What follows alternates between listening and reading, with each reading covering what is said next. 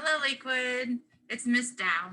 I'm here with a second idea for some fun artwork that you can do over the holidays. Remember that I am looking for artwork to put into our Lakewood virtual art gallery. I have found a template, which is pretty cool. It has like some virtual digital art frames and art mats and different settings I can put it in to make it look like a virtual art gallery. So I'm really excited about it. So I hope that you're doing some art and you take pictures, and again, send them to me you can send it via email or text them to me, or even Class Dojo. And all my contact information is in Canvas on the first page there of each of the art courses. Okay, so today I thought we would think of stars. Stars tend to be very symbolic for many different cultures. It's part of our history. A lot of our ancestors used the stars to travel, to get to new places for new beginnings in their lives, or to escape hardships in places where they were. But they also can be very spiritual. As a Christian, the North Star was very symbolic in the birth of Jesus. So there may be some connections to the stars in your beliefs and your celebrations as well. I remember as a kid learning the little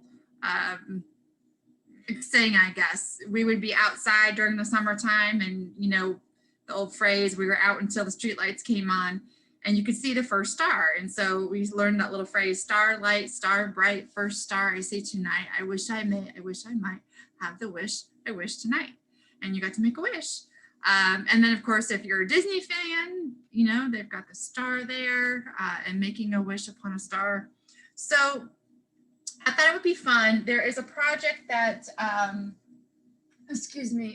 I've done in the past, where we do some origami and you can put them together to make a star, okay? And so it kind of looks like this, but we don't have to do it like this. I'm gonna give you a couple different ideas as what to do with it.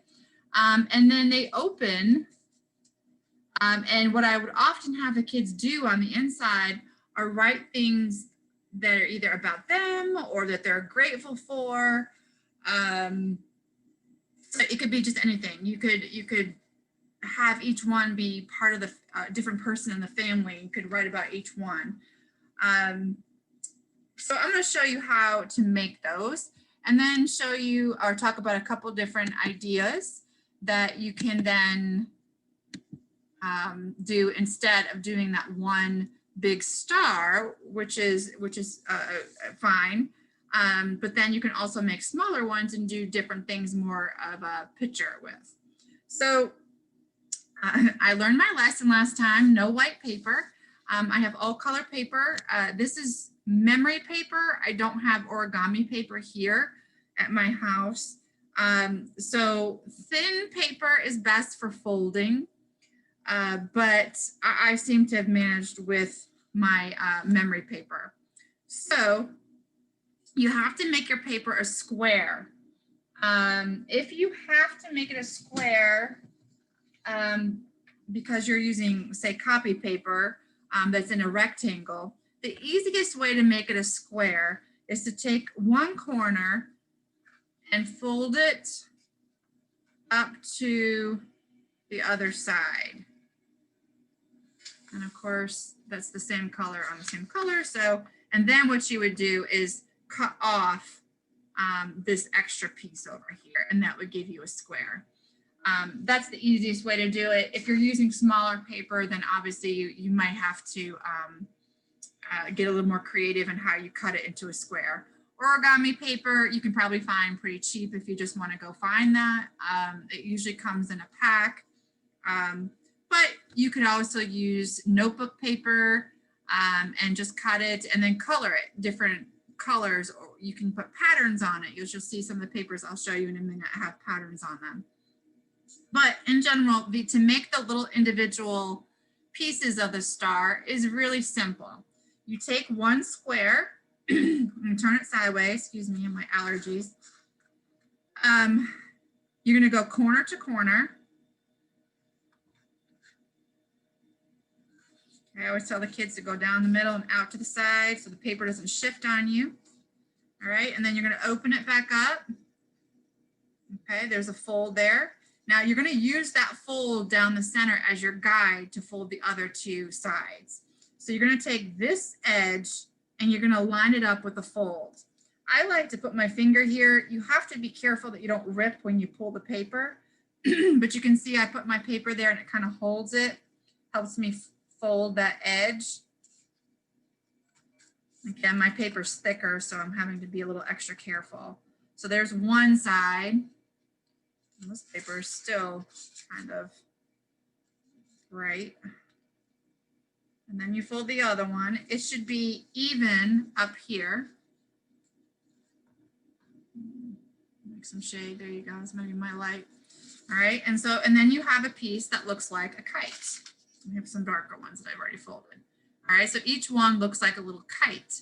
And that, of course, is one idea. You could fold one or two of these and pretend they're in the sky and turn them into kites. You could draw the line, right? You could draw the scenery at the bottom, if you're at the beach or in a field. You could turn it into a kite if you're not connecting with the whole star thing. All right, and then what you do is you glue these down to the paper, and I recommend doing a pattern. So you need 8 of these to complete it. So you could do 4 colors, 2 each. You could do 2 colors with 4 each. So the one I showed you earlier, this one has just 2 colors alternating. I've chosen for right now to show you how to do this with 4 colors. So if you make 2 and you put them top to bottom like this, that will tell you the size paper that you need to have. And of course, as I've told you before, this is a small workspace that I have because the document camera is right here above my head. It can only go out so far. Yeah, that's a little bit better. I gotta refocus. All right, and so what you do is you just put some glue. In this case, regular liquid glue could work, or glue sticks. So you do that, you put that one down here. I recommend you do them in order. Don't skip to this one. Take your next one and glue it here. Line up the edges like this. I'm wondering, oops. Wondering if this is in the way. Move my toolbar. All right. And then you would take the next one and you would glue it to the edge and the next. So there are my 4 colors. I'm not going to actually glue them down right here. And then of course you would just simply repeat the pattern. This time I could go out of order. If you don't do it in order, what often happens is you'll end up with a gap right here. So I would test it first and then glue them down. And so then you have your star and you can add details and decoration to express either what stars are for you, the history of the stars, or you could just use it as personal reflection and you could put inside draw pictures or write words of things that represent you and your family. You could draw a little picture of each family person, their face up here at the top. All kinds, there's just open-ended what you can do at this point. And then of course, if you're going to share it with me, you don't have to open all of them. You can leave them just kind of folded like this. So we could just see what you drew here and around it and take a picture and send it to me. Another idea, I like the idea of using Vincent van Gogh, Starry Night. I made some little ones. So here's some little tiny star pieces that I made, which of course I'm not going to show because it's too late, even though these are color papers. See the little patterns? just some memory paper that I had scraps of. So I made them into little squares. And again, you could see these little squares like maybe as a bunch of little kites flying at a beach. Or you could try on some construction paper crayons. I use these with the kids at school. They're a lot of fun. They're made to be brighter on colored paper. So you could make some smaller stars and then bring in that Vincent van Gogh Starry Night, thinking of a winter night sky or a summer night sky, whichever you would like. Make my pattern here. So you could make a couple of these, and then you could take whatever colors you'd like, and you could start making those swirls like from Starry Night. Let's see. And these are usually in wherever regular crayons are sold. They're not usually any more expensive. They're just a little different. So in Starry Night, they have those swirls, right? So you could kind of come in here and build the swirls into that starry sky, and then draw the city here at the bottom. Okay. So I'm not going to go and finish this, obviously. I just wanted to give you the idea. And that is stars. Again, no limit to what you can do. I hope you enjoy this. I do hope you'll share them with me. I'm very excited about it. I hope that you're having some great family time. I know when my kids were little, I had an art station in their toy room that they got to play with. And I didn't do projects with them unless they asked me to do that. And it's really important to know that it's okay for kids' work to look like kids' work.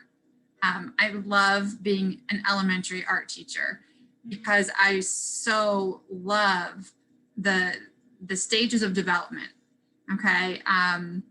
There's something so cute and so sweet about a kindergartner's artwork, and then to see them grow into the 4th and 5th graders that they become, and to see what they've done is it's just a beautiful thing for me. So don't feel like you need to correct your students to what you think it should be. Just let them be kids and have fun with it. Thanks, everybody.